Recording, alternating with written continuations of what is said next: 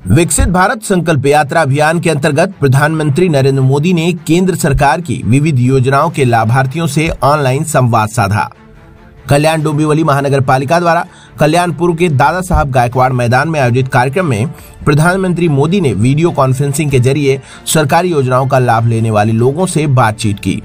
भारत के विविध 5 राज्यों के ऐसे लोग जिन्होंने सरकारी योजनाओं का लाभ लिया है, उनसे वीडियो कॉन्फ्रेंसिंग के जरिए बात करते हुए प्रधानमंत्री मोदी ने कहा कि जहां दूसरों की आशा खत्म होती है, वहां मोदी की गारंटी शुरू होती है। वहीं इस कार्यक्रम में उपस्थित कल्याण के नागरिकों ने प्रधानमंत्री मोदी का भाषण सुनने के बाद सरकारी योजनाओं को समझने और जानने का प्रयास किया।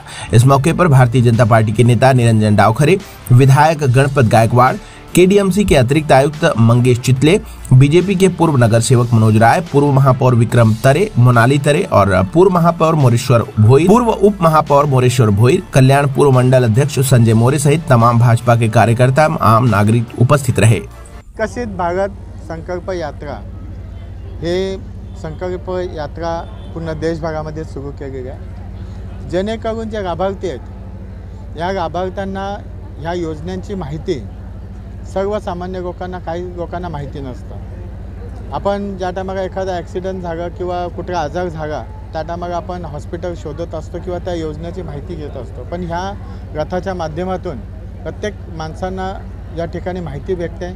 त्याच्यामध्ये ज्या योजनांचा लाभ घेतला ते लाभार्थी येत असतात आणि त्याच्यामुळे अजून ते दुसऱ्यांना सांगत असतात। त्याच्यामुळे अनेक अशा गोष्टी आहेत ज्या लाभार्थ्यांपर्यंत पोचत नाही आणि त्या लाभार्थ्यांपर्यंत पोचवण्यासाठी ही रथ यात्रा आम्ही काढलेली आहे। आणि हे केंद्र शासनाचं मोदी साहेबांचं स्वप्न आहे की विकसित भारत म्हणजे नुसतं देशामध्ये इन्फ्रास्ट्रक्चर उभं करणं किंवा नुसती कामं करणं नाही, तर सर्वसामान्य गरीब माणसाला विकसित करणं हे मोदी साहेबांचं स्वप्न आहे। सर, काही लोकांचा असा आरोप आहे की भारत सरकारची योजना आहे मोदी साहेबांच्या नावाने। आपण बघितलं असेल तर इथं विकसित भारत संकल्प अभियान, इथं काय असं मोदी साहेबांचं वरती नाव आहे का?